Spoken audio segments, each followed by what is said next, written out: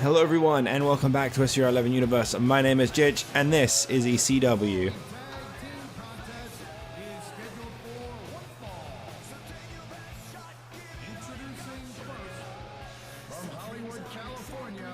Weighing 223 pounds, Dolph Ziggler.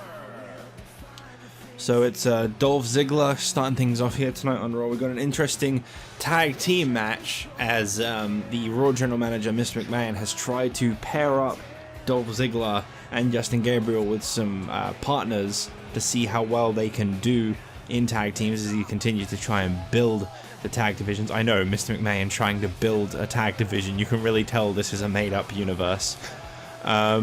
So he's put the United States Champion in tag team action against his current rival, Dolph Ziggler.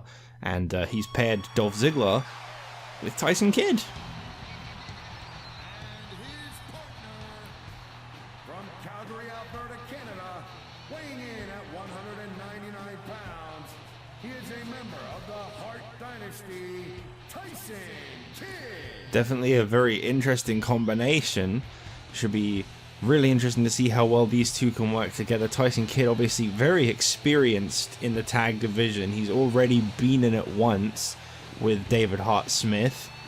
This could be a really different combination, just for lack of a better term. And here comes the US champion, Justin Gabriel. Apparently there was a real struggle to find anyone willing to team with him.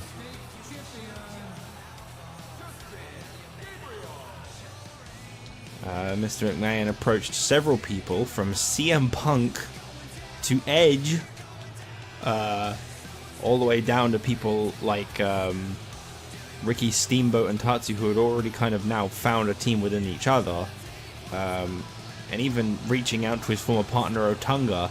McMahon tried looking all over for anyone willing to team with Justin Gabriel, but everyone just said the same thing, you know? Even some of the lesser experienced people like Nemesis all had to say, he's a backstabber, we don't trust him. There was only one guy stupid enough to team with Justin Gabriel. From Calabria, Italy, weighing 227 pounds, Santino Marella. I honestly believe that either Santino is just so damn stupid he'd trust anyone, or he's just that desperate to get on the show that he doesn't care what he has to do to get there. Just wants to pick up a victory. So Santino is the only guy willing to place any trust in the United States Champion, Justin Gabriel. And obviously, for those wondering why, well, Gabriel already had issues with David Otunga, which led to Otunga leaving the Nexus in the first place. And then when the opportunity struck, he turned his back on Wade Barrett and won the US title from him. It's helped Gabriel. He's got a 7-4 record, which is pretty good. And Tyson Kidd trying to show off that he's the veteran, he knows what to do. Ziggler sending him into the corner. Unfortunately, I think that Ziggler and Kidd may suffer from Ziggler's ego. Oh shit, I forgot to play this one. Oh no. I didn't play a tag match. What have I done? I guess we'll see how this goes. Oh dear. I didn't realize. I just didn't realize. Yeah, Dolph Ziggler is currently running a 2-6 win-loss record. He could really use a victory in this one. Justin Gabriel with a 7-4 at the expense of many people he has stabbed in the back and attacked before the bell is even rung. That is just not the kind of guy you want to be associated with unless you're Santino, I guess. To fill the other ranks in, Santino is 0-4. He's just looking for a win. I can see that. I can't doubt that for a second. The guy just wants to pick up a victory. And Tyson Kidd, 4-6. So the most favorable superstar in this match is Justin Gabriel, who's currently staggering on his feet as Dolph Ziggler just continues to dropkick him in the back. We're in for an interesting episode of ECW, to say the least. We've got a main event between Raw's own ECW champion Ezekiel Jackson and SmackDown's former US champion Wade Barrett. So that's a very interesting main event coming up for the ECW title. We could be seeing Wade Barrett's second ever championship victory in the universe before long. Coming up from SmackDown up next, though, don't actually have an answer to that. I don't have any kind of continuation as to what you can expect from SmackDown. I haven't quite figured that one out yet. Probably more Teddy Long screwing with Zack Ryder because he doesn't really like the guy. So you can expect probably more of that. The SmackDown general manager likes to put Zack Ryder through many tests. Wants to get the US title off of him as quick as possible. Santino recently tried teaming up last week on Raw with Vladimir Kozlov. That didn't really go in his favor, handing Kozlov a very rare win these days. I mean, a very rare loss these days. I know Kozlov's not got the best track record, but he's doing a lot better for himself. Just like, actually, does Kozlov have a good track record? He might. Let's look that up, just because I'm curious. That's William Regal. They're not even slightly the same guy.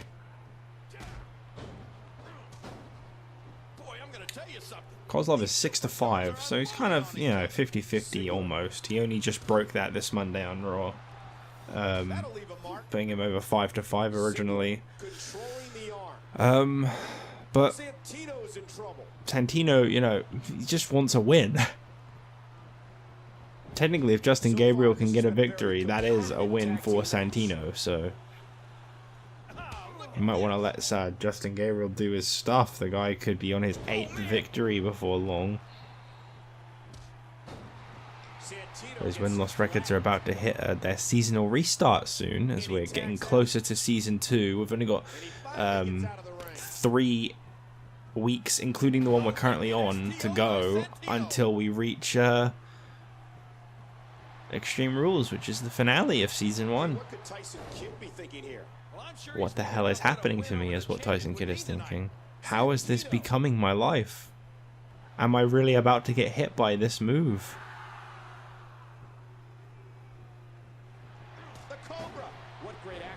I hate the Cobra.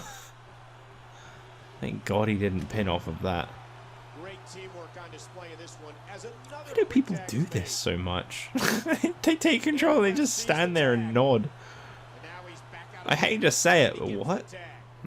Classic Santino, I guess. I hate to say it, but there's been some real good teamwork between Santino and Justin Gabriel. Whereas, as much as I like the idea of Tyson Kidd and Dolph Ziggler, on paper it seems like a great idea, that they just don't seem to be meshing.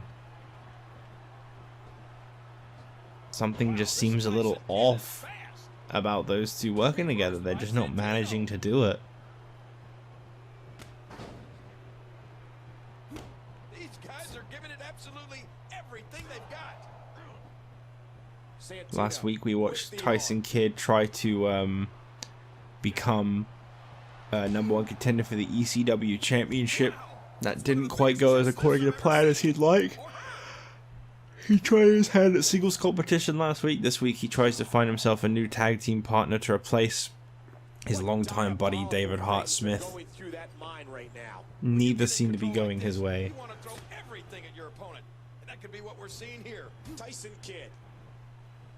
Might want to get out of the opponent's corner. As a former World Tag Team Champion, you should know that, kid.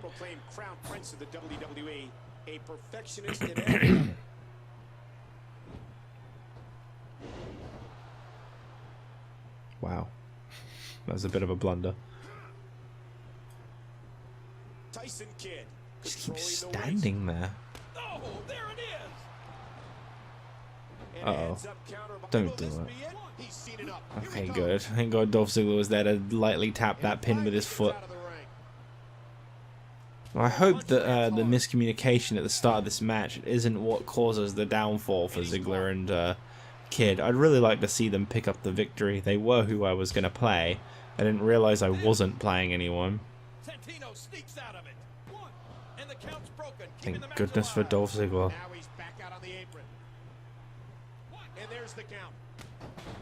Why are they in control so much? It's been dying for the opportunity to give Santino a win because it knows I won't do it.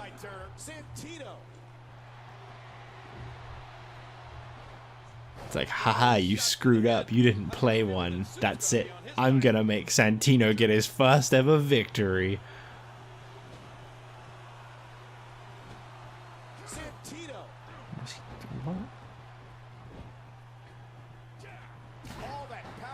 I'd take that over the Cobra. Oh no. Oh no. Wow. So Justin Gabriel and Santino are victorious, and admittedly Justin Gabriel actually had someone's back for a minute there.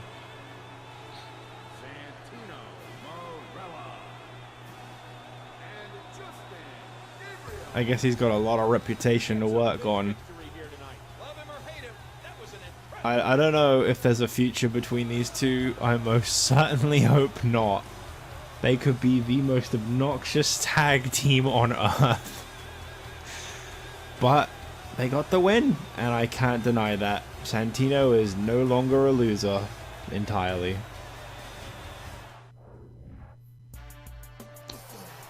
Well, we are back here on ECW, and we've got an interesting match in our hands now. Last week on ECW, Zack Ryder was well, he wasn't defending. He was facing R-Truth in non-title competition for the Cruiserweight title. Non-title competition to do with the Cruiserweight title. I think is what I meant to say there.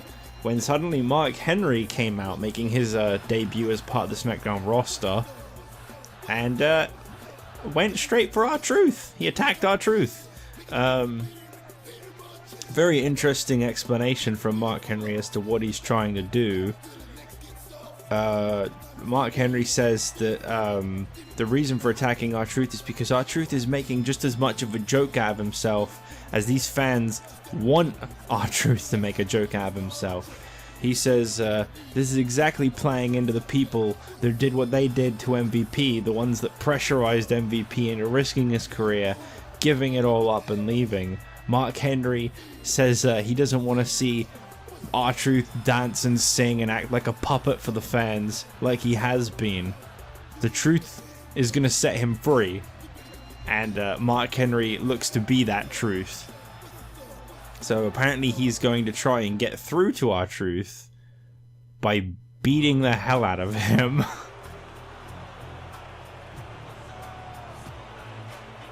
And he's not wasting any time. This would be Mark Henry's first ever win if he wins this match, but he's really not wasting any time. He is sick to death. He said if R-Truth came out doing the same song and dance he always does, that he was going to beat the hell out of him. And I guess we're seeing that.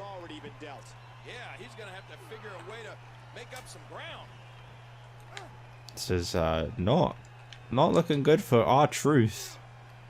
Mark Henry already looking for the world's strongest slam, but R-Truth fighting back. R-Truth just wants to have a little bit of fun, but Mark Henry not having any of that. Oh dear.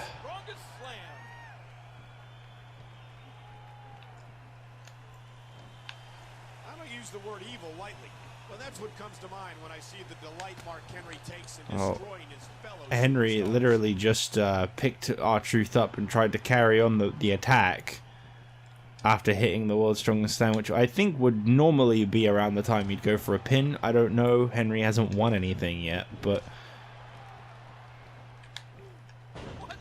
Truth trying to make sure.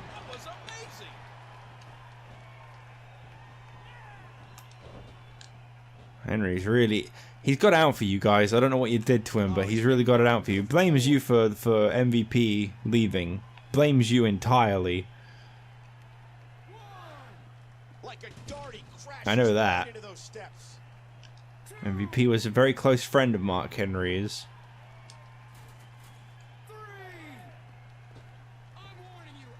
Well, Truth was quite wise there.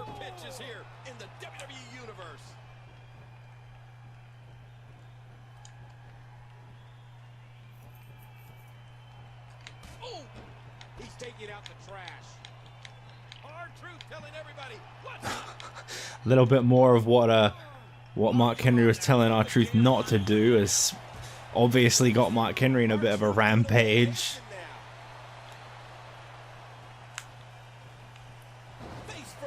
This is exactly the issue that Mark Henry has. We said he doesn't want to see R-Truth act like a clown anymore. For some reason he's decided that it's R-Truth he's unhappy with because he continues to give them what they want despite the fact that he's not that far off of the same position as Mark Henry. He's also treated like dirt, barely ever won. And he's also been stabbed in the back by John Morrison and just kind of carried on.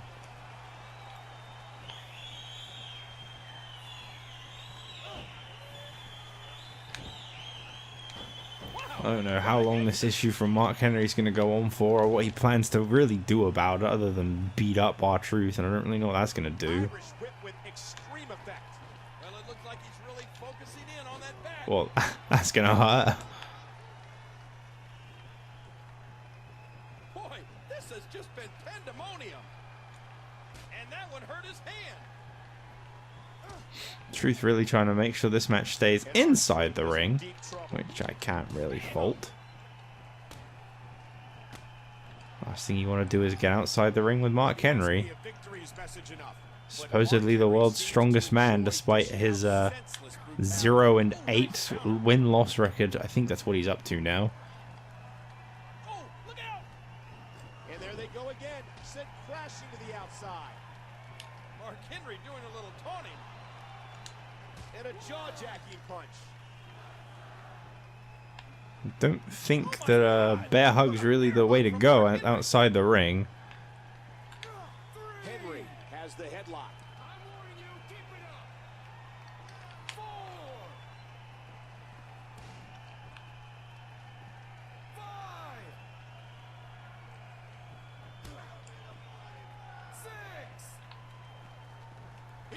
You gotta be fucking kidding me! Oh dear God!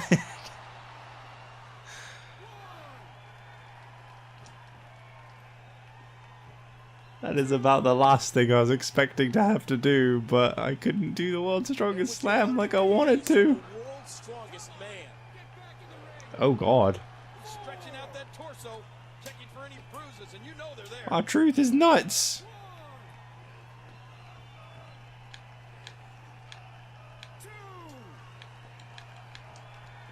Plain and simple, R-Truth is nuts to have gotten back up. Oh, would you stop with the fucking... Oh, God, I can't wait to play one of the better games. That'll do some damage.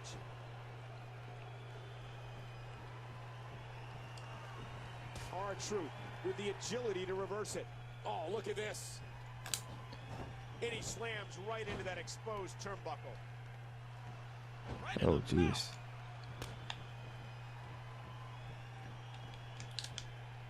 Oh my, just raw, unmitigated power. Well, this is just getting sad to watch now. Henry controlling the arm. I think it's time that we just kind of let this one end. R-Truth out of nowhere. Henry. Oh, there you go, once again. World's strongest slam, dead center of the ring. Splashed through a table, smashed into some steel steps. Mark Henry finally gets his first win. Absolutely victimizes R-Truth in the process.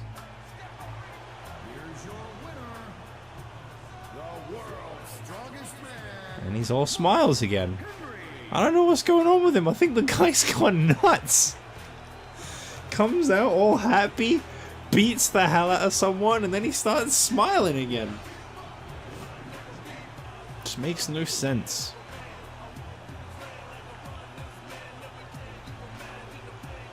I don't know what the hell he's doing. Well, Mark Henry got his win. And he seems damn happy with the damage that he just did to R-Truth. Crazy.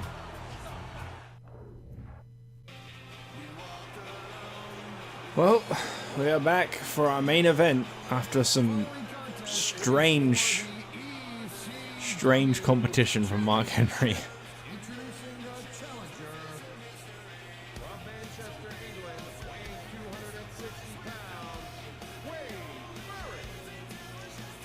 We saw 2 first-time victories in one night here on ECW. Santino Marella ending his losing streak of like 0-4, and Mark Henry getting his first win in 9 matches. What a night! Absolutely crazy stuff going on, I tell you. Oh, sorry, 7. That was his 1 in 7. My bad. I got that wrong somehow. Somehow, as if I'm some kind of fucking god. You know what I meant. The ECW Champion, Ezekiel Jackson.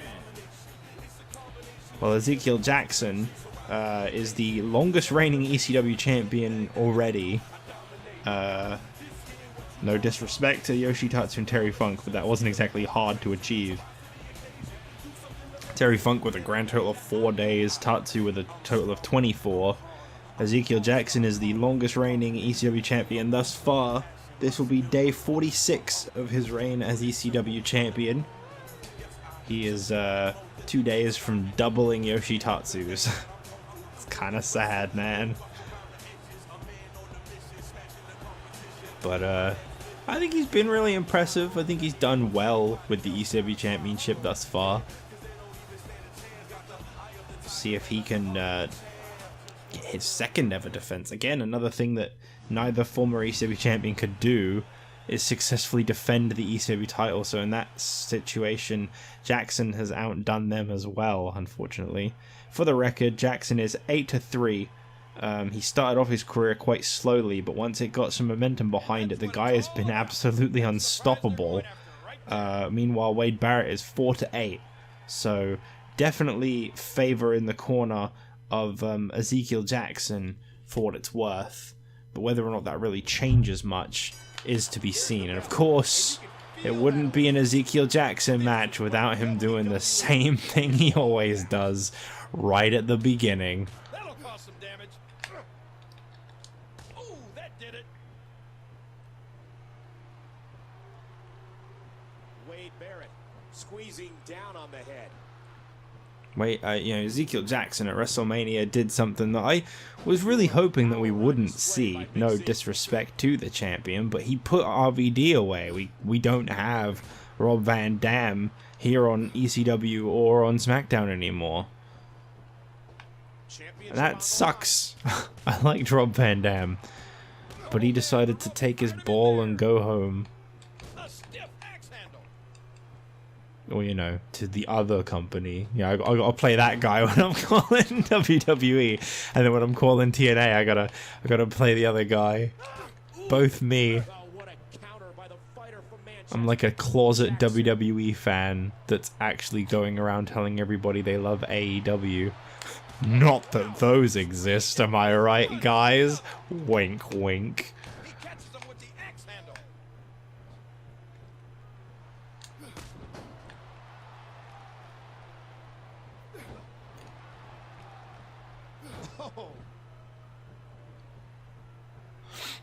Oh. The ECW Championship in the balance. Barrett had that. Don't forget that in 3 weeks' time here on ECW, that's 2 more episodes of ECW, and then in 3 weeks' time, you will be looking at NXT taking its place. Heartbreaking, I know. Leave the memories alone, I know. But it had to happen at some point. ECW couldn't have gone on forever. This will be the 3rd time that the Thursday night show has changed, as it was originally, for those that maybe don't remember, it was originally Superstars for the first 8 weeks. About 2 months it was Superstars, and then for another 4 months it was ECW, and now it's on its way to becoming NXT, which is what it will remain. The ECW Championship will remain a part of NXT for the foreseeable future. There is no saying what the future holds for the ECW title or for how long, but it will remain as the heart and soul of this brand. And it will continue to be a championship that is to be contested for by those looking to have an up-and-coming future. Perhaps one of the hardest things to face when it comes to someone like Wade Barrett is the fact that he's already achieved above the ECW Championship. Some could say he doesn't really deserve this opportunity that he's getting right now. He's already gone above the ECW title. He doesn't need to use it as the stepping stone that it is, and that it's quite disrespectful to the ECW lineage to have Wade Barrett compete for it. Those people would probably be right, to be honest. I think the only thing you could get away with holding, other than the ECW title, you know, when you won the ECW title for the first time, is a tag title. I think once you've surpassed it, once you've won the US, the Intercontinental, the World, anything like that, you don't really need to go down here. You don't need this belt, you know, unless your career has been on a massive downward swing. But for Barrett, it hasn't. He only just dropped the US title, and his SmackDown debut was competing in the Battle Royal. I think that he was kind of handed a little bit extra by Teddy Long. But then we've always suspected that Teddy Long plays favorites over on SmackDown because, I mean, CM Punk was protected to all hell. Despite the fact that he's only ever won like 4 matches and lost a total of 12 before he left SmackDown. He's lost another one since. I gotta say, Wade Barrett not looking too favorable. I think, to be honest, the thing that you're going to notice a lot about the ECW Championship, and the thing that's quite special about it, is you're going to watch people outgrow it. I don't think we'll ever get like a monumentally long ECW title reign, strictly because I think people are going to outgrow it and they're going to want to pursue something bigger and better, and they may even just allow themselves to lose it.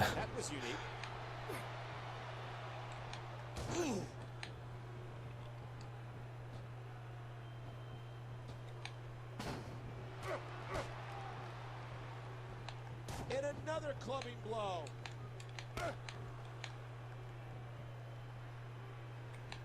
During his time on NXT, Wade Barrett was believed by many, including myself, to be the best all-around rookie on the program. Watch out here! Oh, I'll tell you what, Wade Barrett's getting back into this now. I was just now talking about how favorable Ezekiel Jackson had started looking when Barrett must have heard. Screaming in pain. Look at the eyes of Ezekiel Jackson. Big Rick. Wow, Wade Barrett is such a natural.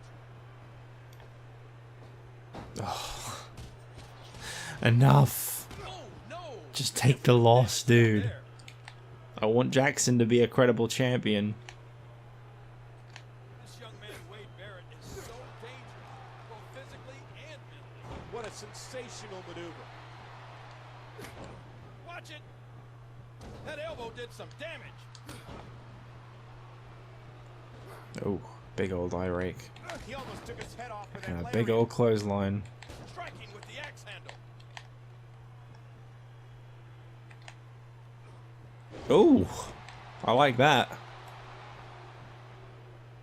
Again, this match is for the ECW. Well, this is definitely going downhill for Ezekiel Jackson, who is looking extremely favorable. You know, a lot of people actually said that Ezekiel Jackson had one of, if not the, match of the night at WrestleMania, which is huge, the biggest event of the year, and he had potentially the best match. Ezekiel Jackson The future is looking bright for Jackson, that's for sure.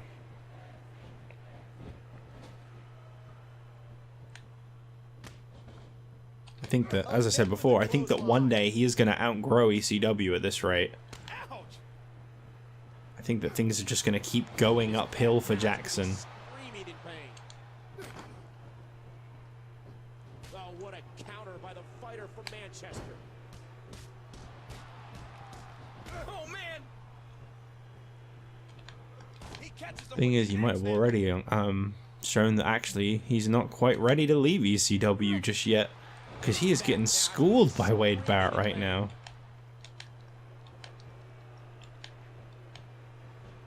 If you want to look for him quickly into the cover with the title on the line. One. Oh, very close, but not quite. Jackson, collar and No, elbow. I don't imagine that Wade Barrett's going to win one of those, no. No disrespect to Barrett, I just knew that Jackson was a bit of a freak of nature.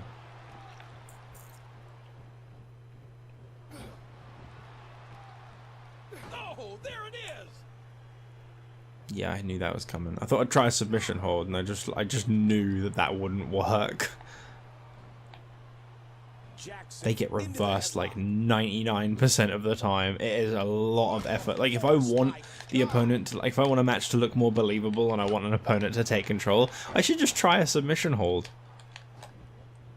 Cover here. Oh. 1, 2, and Ezekiel kicks out after a long Almost. Well, that's the thing, is if Jackson does lose the ECW title, you know it's going to be a hell of a competitive match that he lost it in. And it might be this one. Yep, there it is. Huge clothesline takes Wade Barrett to the top of ECW. And as I said before, some people probably won't like this decision. Some people won't like that Wade Barrett has become the new ECW champion. That he even got the shot. He didn't need it. Now, I have to agree, but sometimes that's just the way it goes. Ezekiel Jackson suffers his first loss in what I want to say all 8 of his victories are like consecutive. But Wade Barrett is the new top dog here on ECW, and I gotta say, it's looking bright for him as the ECW champion. I think he could be the first guy to pass, like, what, 100 days, maybe? Something like that. I think he could do it, but I guess we'll see.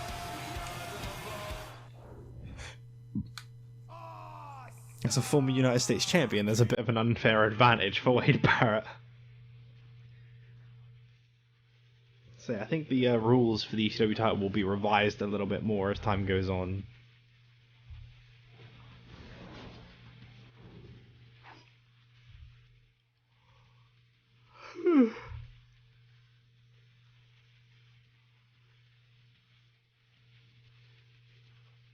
Okay, so in terms of the rankings, there was no women on this show. Mark Henry has gone up, wow, by 4 ranks for beating R-Truth. They basically swapped places there, as R-Truth dropped from 7 to 9. And Mark Henry also excelled over Big Show and Goldust in the Intercontinental title hunt. So he's actually, like, coming towards a belt now. It's kind of crazy. And nothing to do with the world title, of course. Jackson takes a bit of a hit. He goes down to rank 8 in the US title scene, whilst Yoshitatsu finds himself at number 6, and Vladimir Kozlov at number 7. Tatsu simply going up because I guess he took Jackson's spot? Yeah, and Kozlov going up for his title retain. David Otunga taking a drop after losing to Randy Orton, and of course Randy Orton finding himself in the US title scene. Why he wasn't already in it, I don't know, to be honest. And Dolph is back out of the top 10. After that tag team loss. So, there's that. A preview for this upcoming SmackDown, we will definitely not be getting a submission match between Goldust and Big Show. I'm sorry, but no. Michelle McCool is not on SmackDown, so that triple threat can't happen, but Layla versus Maurice, that could happen. Might just make that a singles match. The Celtic Cross and Tatsu and Steamboat are not on SmackDown, so that won't be happening. And Shawn Michaels versus The Undertaker in a table match, I'm just not sure why that would happen. So, again, that won't be happening. We do have to look forward to more to do with The Undertaker and Christian and the WWE Championship as a whole. Especially after Christian's most recent loss to The Miz, one-on-one, on SmackDown in his SmackDown debut. But then Miz has been top dog on SmackDown for quite some time, to be honest. He's got 2 belts, and I don't know why I'm looking at a screen that doesn't actually show the SmackDown champions. He's got 2 belts, and he's ruled on top with both. But what can you expect on SmackDown this week? I think we will probably see, if I had to guess, some follow-up to the Cruiserweight Championship situation. Maybe we'll finally see some respect for Zack Ryder. Layla versus Maurice, I think I'll just go ahead and do that, because it's literally just taking the match it already made and just getting one of the people that's not supposed to be in it out. So yeah, I think that makes sense in my opinion. Maybe even replace Michelle McCool and make it Kelly, Layla, and Maurice. Just swap out the champion for the other champion. But I think I'll probably just make it Layla versus Maurice, because triple threats are usually a bit of a mess. So I'll try not to do them too much. We'll probably see, I think what could be a really fun idea for SmackDown this week would be for Showmiz to maybe, you know, get some new contenders. Maybe that tag match there I'll replace with a tag team title contenders match. Because, you know, you have DX, who are currently out of the WWE title chase, so they could go for the tag titles. And there was another team, the Altitude Alliance, are also on SmackDown. So you got a couple teams right there that could easily compete to find the first contenders coming over from Raw to go for the tag title. So I think that's a good one. And in the main event, SmackDown this week, if I had to give you another preview, just an idea of what could come up, something to do with Christian, something to do with Undertaker, not quite sure what just yet. I think Christian still needs to try and make himself a top name on SmackDown, but also I think Undertaker's still got a little bit in him of frustrations to take out, but I think Christian probably, you know, or just something to do with the WWE title scene in some way or another. You know, maybe Christian and Undertaker get randomly paired up. That's a classic, isn't it? Something like that. I don't know. But what I do know is I'll see you guys next time on SmackDown. Bye.